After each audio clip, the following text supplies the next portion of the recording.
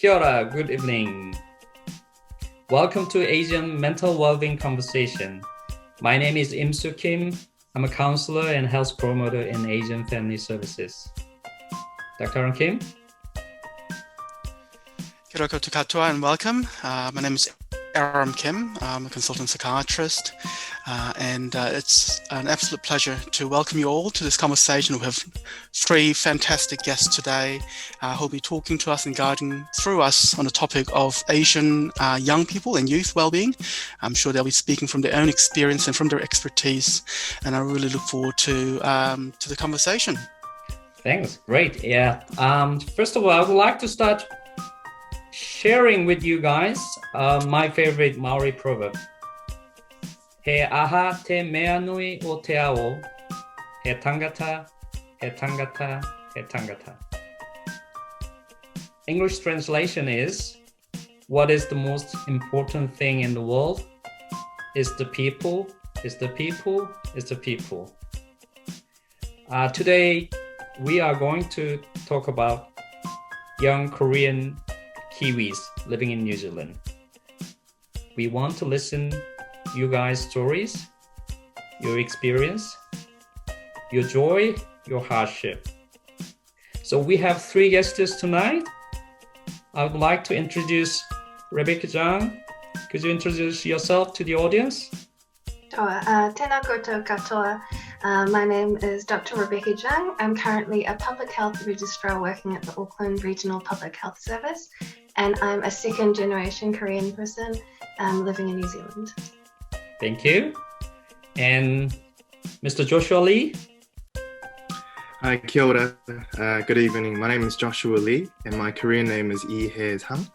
I'm a registered nurse working in WDHB Adult Mental Health Community Mental. All right, thank you, Joshua. And next, Ms. Christine Hann. Good evening, everybody. My name's Christine Hann. I'm currently pursuing theology at the Good Shepherd College of the Catholic Theological Institute of New Zealand. I majored in psychology and brain sciences, and it's a pleasure to be with you here tonight. Okay, so Dr. Aram Kim, you are also 1.5 generation, so which means you immigrate to New Zealand with your parents, your family, right?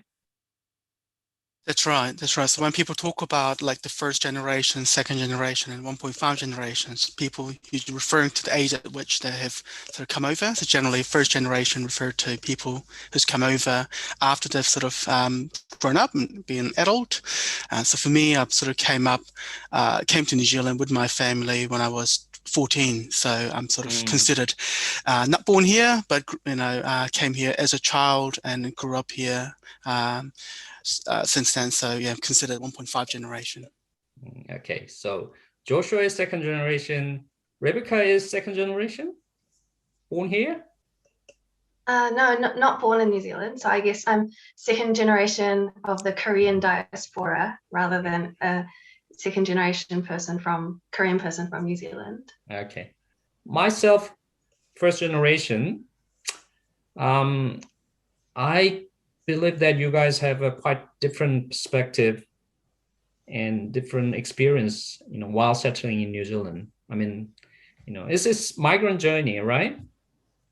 Migration journey. So what are the different things you have compared to your parents?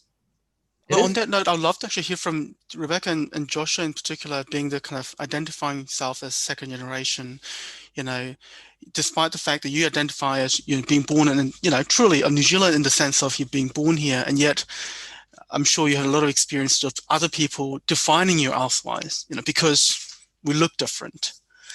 I don't know what that experience has been for you. So I wrote a list down of some of the different ways I've heard Korean people living in New Zealand identify, and there's like Korean Kiwi or Asian or Korean diaspora, which is a term I used before, and then which generation of migrant you are. And then there's also terms like third culture or children of migrants, which I think that one's a bit more common in the States. So I think all those different ways of describing yourself are different because they mean different things to different people. And then there's this blanket term Asian that's used a lot officially to describe the group that we belong to. Yeah. And yeah, all of those have kind of good and bad, I think, sides to them. And with people of color as well, I think it is used a lot in kind of like anti-racism circles to kind of bring everyone who's not white under an umbrella so we can kind of work together. But I guess it does kind of deny that white is also a color a little bit. So I think the language we use is always evolving, and I think that's a good thing. So yeah, it's a really interesting conversation about identity that we could be having for this whole talk. But yeah. On that note, Christian, actually, what kind of terminology would you normally use to describe yourself? I would say it's interesting because I was born in Korea. I spent my childhood in Korea. I migrated here with my parents when I was about 11. And then I grew up here, and then I moved to the United States and went to university there, and then came back to New Zealand as an adult. So I've had quite a journey around the globe. And it's interesting because I would still say that I'm Korean. That is primarily how I identify myself as. I might add that I might add that I'm from New Zealand, but then I think in my heart there is this sense that the group that I belong to distinctly is that of the Korean. And I think it's interesting that we talk about terminology, because in the States you have the term ABC, which is an American-born Chinese. We're talking about Koreans here, but you know, in Australia, in a similar sense, they might talk about Australian-born Chinese, and it's quite a niche word that you use to refer to people, which is, I think, very interesting. I think Korean Kiwi, Kowi is probably a term that I would default to in terms of referring to myself when someone asks me what your identity or nationality or ethnicity is. Yeah. It's interesting because when I have this conversation quite often, we often talk about that, like even the similar term of the first generation, 1.5 and second generation. That doesn't actually describe much apart from the fact that you came at the age of, you know, you're born here or came over as a child, or came here after once you're an adult. But even within that group, second generation or 1.5 generation, there's such a variety. You know, some people identify I'm more of a 1.2 generation, or despite the fact that I actually came here at age 16, I'm more of 1.9 generation. Or some people doesn't want to be identified as Korean at all, or Asian. So that, I think it really is interesting of how you actually kind of the word you choose to describe yourself. Yeah, quite interesting. That having your own identity is the most important things, whether you identify as a Korean Kiwi, Korean or Kiwi. But thing is, many people, many young people are struggling to identify themselves, where to put them in a position, or where do I belong, to New Zealand or to Korean? So they always kind of living in a periphery. On that note, I think name is also quite an interesting one, because quite often many Asians will have an English name and their own name from their own language or own culture. And quite often, in the context of family and friends, you might use one name, and in a professional or work setting, you use another. And it's almost that dual identity of you're moving from one to the other and use different name for different setting, and you have different kind of presentation of how you talk and how you carry yourself. I'm curious that having an identity is quite closely linked with self-esteem, self-esteem, which I call it. Yeah. So when you guys having your own identity and having your own self-esteem? I might start it off while you guys are thinking. I'll give you a little vignette. So there was a time when I was actually living in Ireland, and I went to this sort of store, and a lady came up to me, and Irish European lady came up to me and started a conversation, and wasn't particularly a friendly conversation. So she started by, are you from Japan? And then Thailand, and then sort of listed Oh, many where are you? Asian Where are you countries. from? Yeah, yes. And I never got to Korea. But I just said, I'm actually from New Zealand. And then she just was kind of, gobsmacked and didn't know what to say. So I kind of smiled and walked away. And I think I'm probably thinking of this story because when we talk about, I think, living as an Asian in New Zealand or in a sort of Western country, there is this kind of a tension of embracing yourself and your own culture, but also kind of be identified as part of the main culture. And I think when you can be fluid in both, I think it really helps to be confident and have the kind of good, sort of solid self-esteem. And I think many people personally and professionally come across people have struggled sometimes with the self-esteem, especially when they don't have a sense of belonging. Sometimes people have no sense of belonging to either culture, feeling marginalized from both. Some identify with one and feeling rejected by the other. So when I think about self-esteem in the context of, I guess, being an Asian in New Zealand, I often think about that kind of whether you can identify yourself as one or the other, or in fact, the third culture. Having a Korean identity and how that identity is perceived in New Zealand society is what I think has a big impact on how your identity and self-esteem are connected. So if like mainstream New Zealand society sees being Korean or another ethnicity is a really good thing, then I guess that would have a more likely to have a positive effect on your self-esteem. But if being Korean or being Asian is seen as a negative thing, then inevitably it's more likely to have a negative impact. Mm-hmm. Absolutely. Yeah, we've been talking about the big thing in your heart and then about your identity and then your self-esteem. But actually you are struggling at home with the, parents who are coming from very different cultural background. And we are Korean, but some young people are quite struggling to communicate with them. So it is a intergenerational gap is huge. And then I'm quite sad to see that the gap is widening rather than filling it. Yeah. What do you guys think of an intergenerational gap? Living in a different culture. I think it's important to acknowledge that obviously intergenerational gap exists everywhere, across different cultures and so on. But I think it does become a greater issue in a migrant population because there's this pulling effect between two generations. So the parent generation has a stronger need and desire to sort of adhere to the kind of more traditional values and cultures as way of protecting, way of defining. But also quite often people, because when they have moved away from the kind of from the country of origin, they carry from that era of the kind of cultural identity and values that they have left from, whereas their family and the people back in the home country may, for example, have changed. You sort of hold on to that, and at the same time, the children are very much have a strong pressure to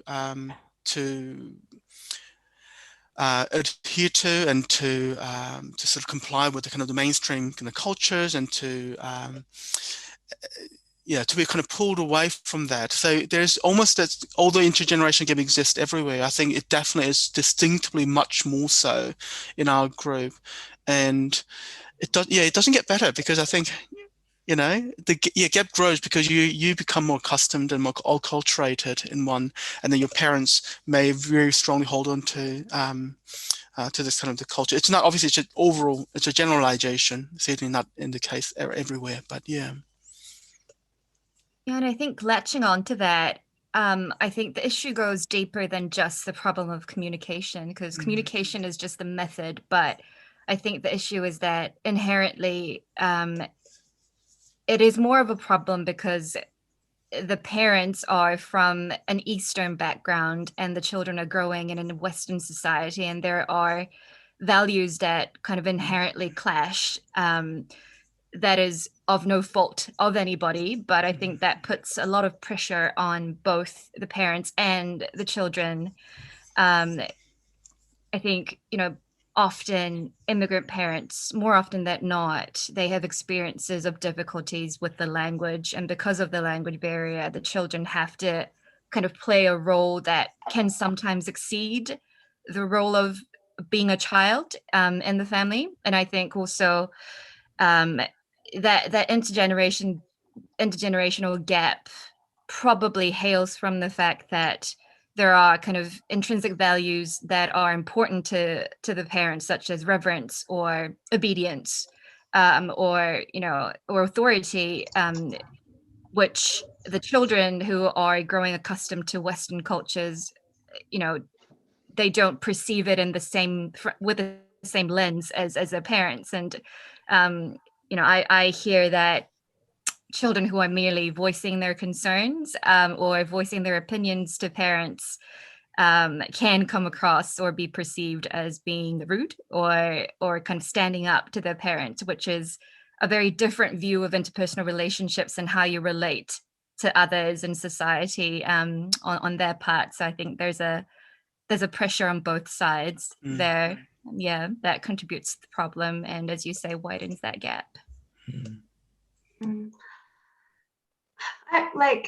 I know that this idea of a generational kind of gap or disconnect comes up quite a lot when talking about migrant families, but I'm not sure that outside of practical things like communication and being socialized in different contexts, that it is really that big. Because when I think about the generation gap that's being described in Korea itself at the moment between people of, say, my age group and people who kind of experience the active Korean War, I'm not sure that it is as big a problem as it's sometimes made out to be. And I also wanted to add that this discussion about migrant experiences is very kind of tempered by the individual circumstances that everyone brings with them. So whether they're grappling with other issues related to having a marginalized identity like gender or sexuality or having a disability, and the material resources that your parents and you come with to a new country. So I think for me, I had English speaking parents, and I've got a stable migrant status, and I've been fully educated and things. So yes, I think I can only speak to a relatively privileged migrant experience. Okay. Welcome, Joshua. Welcome back. Thank you, guys. Welcome back. Yeah, sorry about that. That's all right. I guess, the thing is, the heart is the same. I guess, the heart that I guess the first generation came overseas to try and live a life. Actually, that's actually the life is actually targeted towards the kids, and the kids try their best to live towards their parents' standards.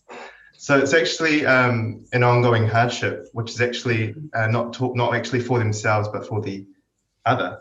So for the first generation, it's for the second generation. The second generation is for the first generation. So that it's an ongoing cycle. So I'm actually thinking it's coming from a good heart, but it has some aftermath. It has side effects to that, which obviously would be an intergenerational gap. I agree with Rebekah that there's intergenerational gaps even in Korea. And on top of that, there's a different cultural context that intensifies and further, I guess, increases that gap. And I guess that clash is inevitable. And even, from my experience, I have a little brother who's 3 years younger than me. And, guys that are 5 years or 10 years younger than me, I can't really relate to what they're talking about because the world's changing so quickly. And, how could you compare that to the intergenerational gap between 10 or 20 years or even more than that? But I think it's about having that bridge of communication. and acknowledging that difference and going further that intergenerational gap, because I guess we need to acknowledge that it's there, and it's causing problems. Yeah. People refuse to talk about it. I think just on that, I just want to add, because I think the gap often is not necessarily felt every day. I think it's when there's a conflict that arises, then you really feel that gap. And I think what's probably most troublesome for me, I guess, as someone who works in the kind of field of mental health, is that sometimes, as Joshua said, the key thing is about bridging the gap. It's about acknowledging that there is a difference, and sometimes it'll be really wide, sometimes tiny, but it's kind of bridging that occurs. Generally, there's a lot of negotiation that goes on without talking about it, and that just kind of happens. But when there's a conflict, there's something happens in the family system or in the personal context. Could be losing job, or could be having a girlfriend who the parents don't approve of, or whatever it may be, then those gaps really appears. But what I find most troublesome is that sometimes a gap, rather than being bridged, gets actually widened by interventions. And I see that where people have come across and say, look, I've spoken to a counsellor, and like she's been really helpful, but she doesn't really understand why I find it such an internal struggle and anguish I feel about disappointing my parents. Because although they have different values, I still want to please them. I still want to be a good son, and I find it really, frustrating that the person doesn't understand why it's important for me, or for parents. And parents kind of sometimes can say, look, they only listen to my children, and they sort of say that, you just have to let them do, but we can't. How can I let them? But that's being a bad parent. You're telling me to do something that goes against the grain of my values and what's really important for me. So rather than the gap being bridged, sometimes when it appears and it becomes a trouble, unfortunately, sometimes without that understanding, the gap can actually be widened and pushed away. Is that because the intervention comes from a place of having a really fixed idea of what is normative and what is not, and perhaps like Korean values, whatever they are considered not normative? Well, personally, I think that's a big thing, that there's that necessarily the awareness of the kind of cultural difference, and being able to adapt and be flexible. Because I guess when someone comes in from the situation of, I know this is right, and sometimes, we've come across these kind of phrases, you're in New Zealand, you have to do New Zealand way, right? We don't probably hear that as often, but I'm sure, most of us here have heard it in one form or the other. And I think that sometimes, not often, I have to be very careful, because a majority of the time that doesn't happen, but sometimes it does. And still with good intentions. Yeah, I agree with that. I think there's a generalized distrust towards health services. I think many Asian people would, and especially Korean people would relate to that, is because they don't really, I guess personally, coming from my family and from myself, the concept of mental health, the concept of health is very different to the mainstream health services, the understanding, the structure that the westernized health system has. And because we've got such a small community of Koreans here in Auckland, we have people who've accessed health services, and with that, on top of that, this distrust towards health services, it just gets worse. So I feel like that shows how responsible we need to be as Korean health professionals. We need to step up in a way and provide specified and personalized care. And that sort of motivates me as a health professional when I hear stories like this, is I guess the importance of personalized approach, independent approach, rather than the generalized, okay, A, B, C, that's the structure, go with that, then send off discharge. That sort of, I guess that's what we need to try and avoid here. I wonder whether the right way to describe it is a distrust or an issue of health service trustworthiness, because although, disclaimer, no one or most people in the healthcare system are not trying to be harmful, there is like a well-documented history of healthcare services not providing the best care for minoritized communities. So it's wonderful to have healthcare professionals such as yourself. And I'm sure all of us kind of share this desire to do more for our community, but it's almost like the healthcare services as a whole need to do more for all minoritized communities to kind of shift them out of that category. Very true. That's a very good I think point. there's also a danger of potentially being too bound to what we think are stereotypical Asian or Korean or Chinese values that can kind of go the other way. So I understand that because of this huge emphasis on understanding cultural values and embracing them to kind of tailor to the individual, but I really think that the word here is individual and personalized rather than of whatever culture, because not everything stems from the fact that the person is from a certain culture. And I think the danger is that you assume that someone has such and such problem because they hail from this background and has grown up with such values. And I think it's really and it's a common pitfall that I think people can fall into when dealing with people of culture, that to kind of attribute everything to their culture. So I think that's another thing that we need to be wary of, especially in healthcare, and be considerate of the fact that we are thinking about individuals and not individuals of certain cultures, like, although that's a huge factor. Yeah, absolutely. I think the generalization can be very detrimental. So this is like a slightly different conversation, but that's kind of the difference between cultural competency and cultural safety. Like cultural competency is like, we need to learn about all these different cultures to see what we need to do differently for each type of culture. But cultural safety is kind of more like a reflexive thing where you kind of see the individual in the context of the dynamics of culture. So yes, that's a great point.